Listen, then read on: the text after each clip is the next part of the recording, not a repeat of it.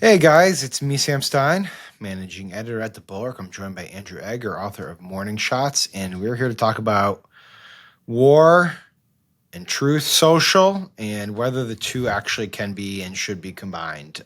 Before we get to it, subscribe to the feed. I want to just level set with the viewers here. It's 2:45 p.m. on Tuesday. We have a highly dynamic situation. We don't turn these videos around instantaneously, so by the time that this goes up, it's possible we have a number of different other bleats from President Trump. It's possible we have a situation in Iran that is different than the current situation, which is already pretty dire. But this afternoon, something very unique happened in that we had our first, I know of, instance in which the commander in chief was sort of live tweeting what was going on in his head with respect to potentially bombing a foreign country and getting the U.S. involved in a Middle East war. So just to recap, and then we'll get your perspectives on this. Quote, "We now have complete and total control of the skies over Iran. Iran had good sky trackers and other defensive equipment, and plenty of it, but it doesn't compare to American-made, conceived, and manufactured stuff, quote unquote. Nobody does it better than the good old USA." Then around that time, he said, "We know exactly where the so-called supreme leader is hiding. He is an easy target, but is safe there. We're not going to take him out, in parentheses, kill, exclamation point." Jesus, fucking... All right, at least not for now. But we don't want missiles shot at civilians or American soldiers. Our patience is wearing thin. Thank you for your attention to this matter. That appears to be his new catchphrase. And then finally, he bleats, in all caps, unconditional surrender. I don't know what to say. What are we doing here? Yeah, let me add just one more onto this, which is a couple hours earlier. He shared a text from Mike Huckabe. His Yes. Ambassador to is Huckabe the ambassador to Israel? Is that what he's doing? Okay, yeah, that's what I thought. Yeah, just an amazing text. Just read a little bit of it.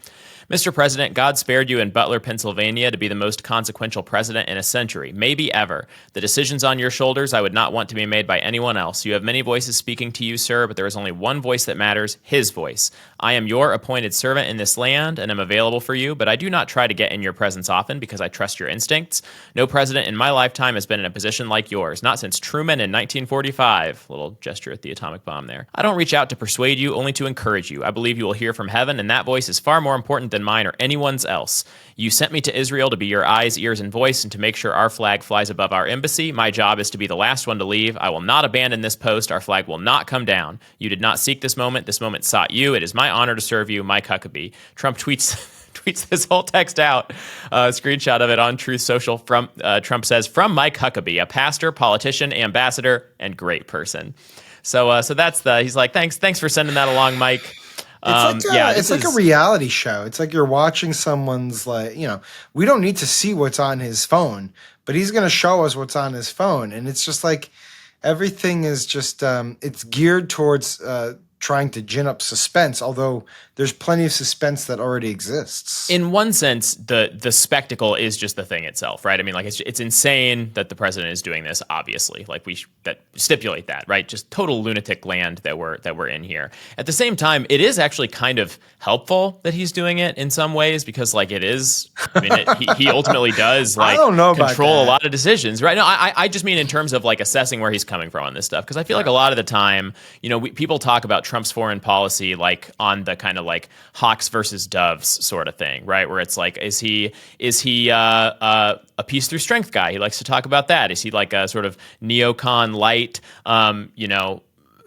speak softly and carry a big stick and do deterrence, that kind of thing? Andrew, and then he's also got this whole... I couldn't disagree more with you. I couldn't disagree more. I find this very unsettling, this stuff. Like, Tehran. Well, let me finish spooling out my thoughts, Sam. It is unsettling. Of course, it's unsettling. But just let me make this point. There's that thing, and then there's his whole coalition of doves, right? Of like no more foreign wars types, like all those guys in his coalition. And like I think that that Trump kind of varies back and forth between those two things because that's not really how he thinks about these things, right? He just likes winning and he likes power. And so what we have going on here is it's exactly the opposite of what's happening in Russia and Ukraine, right? Where Trump resents having to kind of go into that war on behalf of the smaller, weaker group there. Trump is loving being on the side of Israel right now because Israel's winning in Iran. Israel has air dominance. Israel's hitting Tehran and doing all the stuff that Israel wants to do, and Trump is yeah, USA, they're using our planes, they're using our bombs. This is great. We're having a great time. I mean, I think that's just kind of at the core of how he views all this stuff, and it is kind of useful, I guess, to get it laid out there, right? That even though it is obviously horrifying and unsettling and just sort of deeply unreal. It's just so weird to get these sort of a Dear Diary. Israel hit Iran again today, and it was a great time for everybody. That is weird, for sure. But I disagree with you. I don't think it illuminates how he thinks about these things. I think it sows confusion about how he thinks about these things. So, for instance, what does he mean by we now have complete and total control of the skies over Iran? Who's we? So the good guys, in his view, right? But who's we? Are we involved? Is the U.S. involved? Why the U.S. is involved? I mean, that's what's so bizarre about this, right? He cannot stick to a normal. In what capacity are we involved? Are we patrolling Iran's airspace, or is Israel with our provided equipment? I mean, that's the talk about the stuff, right? I think you can say we have complete control of the skies over Iran. Sure. And the we there is Israel using American equipment, right? But we don't American made, conceived, and manufactured stuff. He's just firing away these missiles. We know. The other one that really got me was people of Tehran should evacuate immediately, which he said last night. That's a city of 10 million people. Just with a bleak, he's absolute chaos in the capital. I mean, why would you do that? Now, look, it's interesting to the degree that what it does illuminate is just sort of his incessant need for attention and to be the center of attention, right? Like that I get, and I mean, I don't get it, but it's just who he is. But we're also sort of unfamiliar with this type of approach. It's just totally different than anything we've ever dealt with before.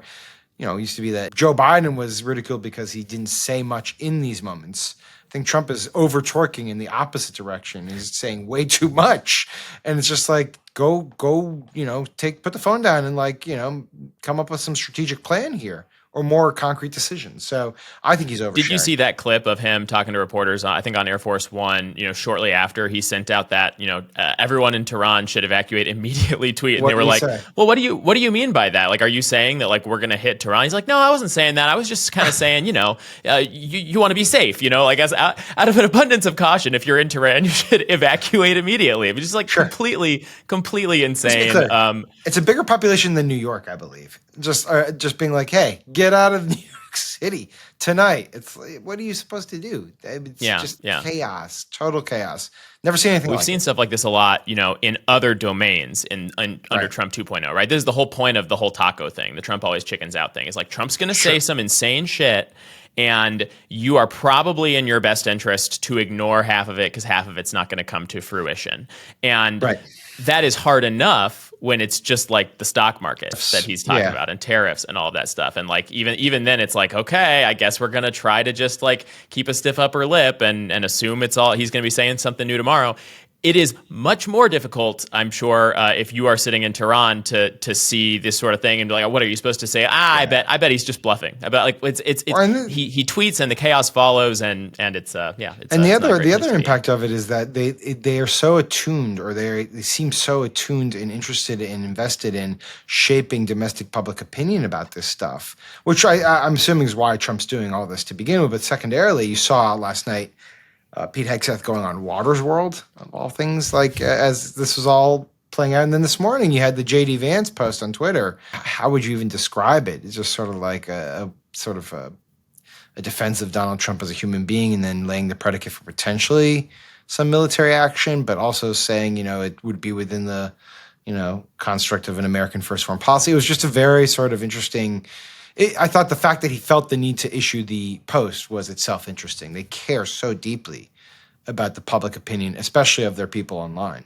Yeah, and that last bit is I think the most insane part of all, maybe not the most insane, but such an insane sort of secondary part of all of this is that if you out there in TV land watching this are not actively kind of following along with the posting habits of particularly JD Vance, but also Donald Trump and a lot of these other people in the administration, it is like impossible to overstate how much they are constantly triangulating their message to the people in their base who are like mad about this or that or the other thing on Twitter. So like JD Vance is out there slapping down individual like pieces of criticism on Twitter. Like he had a post for quote tweeting Dave Riaboy this morning, who was like doing some critique of like something secondarily related to this Iran stuff, and like accusing him of like supporting Ron DeSantis in the 2024 primary. Yeah, like, that's what these guys are thinking about right now. Is like how do I get this domestic critic off of my back by reminding all the other Trump supporters that this guy who's criticizing me right now was a Ron DeSantis guy last year,